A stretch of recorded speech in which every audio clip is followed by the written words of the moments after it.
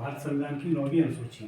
इस सूची में केंद्र और राज्य सरकार द्वारा बनाए गए ऐसे कानून हैं जिन कानूनों पर बहस नहीं की जा सकती, ना कि चुनौती दी जा सकती है। तो 9वीं अनुसूची में केंद्र द्वारा बनाए गए ऐसे कानून हैं जिन पर कोई राज्य अगर बहस करे कि ऐसा हम नहीं होने देंगे, ऐसा क्यों होगा, ऐसा आपने क्यों फैसला ले लिया, ऐसा आपने क्यों कर दिया, तो ऐसा बहस नहीं की जा सकती किसी प्रकार की। देखें, और ना कि कोई राज्य अगर चुनौती दे केंद्र को, तो चुनौती उसकी मान्य नहीं की जाएगी। इस 9वीं अनुसूची में चुनौती और बहस का वर्णन किया गया है।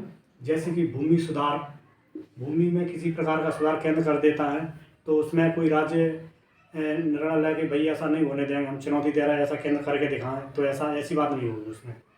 रेलवे उद्योग आदि केंद्र के कानून हैं, ऐसे कानून केंद्र के कानून होते हैं।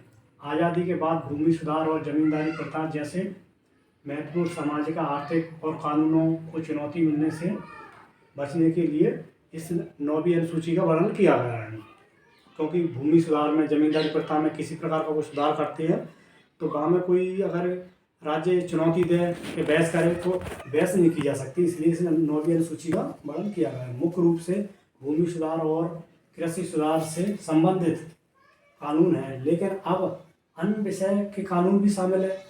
लेकिन 9वीं अनुसूची में अधिकतर भूमि सुधार और कृषि सुधार से संबंधित इस सूची का शुरू में वर्णन किया गया है, लेकिन अब इसमें मुख्य रूप से और भी अन्य विषय का भी मामला इसमें संशोधन के तहत इसमें कर दिया गया है।